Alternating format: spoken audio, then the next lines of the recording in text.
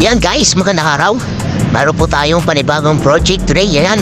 Mayroon po tayong kakabitang 3M tint dito po sa Almera Nissan. Ayan, nandito po tayo ngayon sa Golden Santa Rosa, Laguna. Ayan guys, papansin nyo akin na pong ipinapatter ng tint. Kanya lang po ang proseso ng pagtitinta. Kailangan sakto sa hagod, sakto sa lapat. Then natin pong i-blower yan, i-hit yan para makuha yung hubog ng salamin. Ganyan po talaga ang proseso ng pagtitin. Maganda lang po talaga ang tingnan, pero mahirap po talaga yung gawin. Hindi ka pwedeng magkamali. Kasi pag nagkamali ka, pag nasunog mo, ako, yaring ka dyan. Balik ka ng tin pag yan ay nasunog mo. Yan, ang ating po yung kinabit dito ay medium light 3M brand dito sa Nissan Almera. Yan,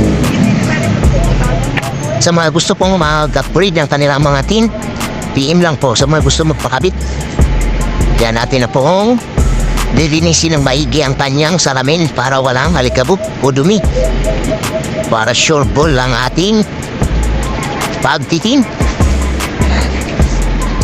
Lahat po yan ay atin pong pupuliduhin. Atin na po yan ilalapat. Atin na pong pubuklatin ang kanyang tint.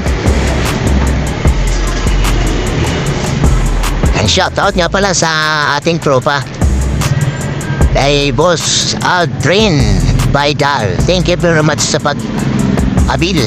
And guys, atin na po lalapat ang kanyang tint dito sa unahan. Pangan niyo po ang kanyang resulta. Ang pagkaganda, perfect na perfect po.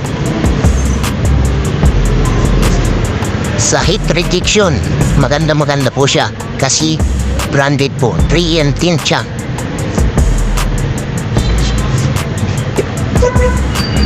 Yan, atin na pong hagurin ng maigi, sakto sa hagod. Yan o, ganda. Sa kayan po ang ating kinabit po ay original tint po yan, original 3M. Gawa ng mayroon po yung pangalan po yan. Diyan niyo po yan malalaman pag original po ang kinakabit. Yan guys, ang ating finished product, napakaliwanag. Pwede niyo po yan i-abil sa inyong mga sasakyan. Sa gusto mong upgrade, PM lang. Ayan o, di na po kayo kita sa loob. Meron na pong privacy ang inyong mga gamit.